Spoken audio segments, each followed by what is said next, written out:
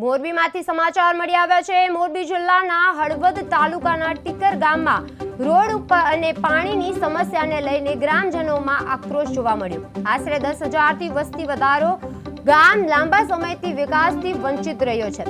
રસ્તા, ગટર અને પાણીની ખરાબ સ્થિતિને કારણે લોકો ભારે મુશ્કેલીમાં છે।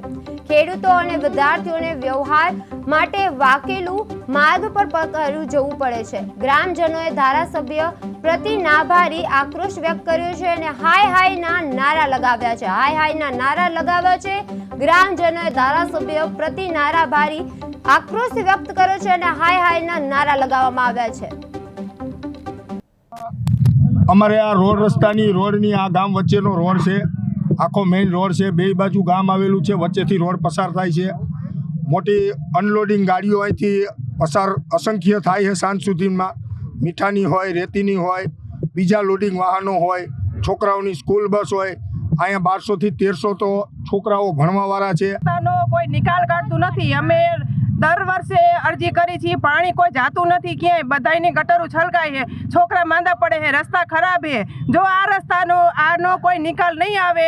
રજાકભાઈ, શું સમસ્યા તમારી? અમારે આ પાણી જાય છે બંધ કરો, નવો રોડ કરો અને નવી ગટર કરો। આ અમારે વાંધો છે ને આ પાણી બંધ કરો। અમારું ઉપલું પાણી અમાર ન છે, નવી ગટર કરી દો।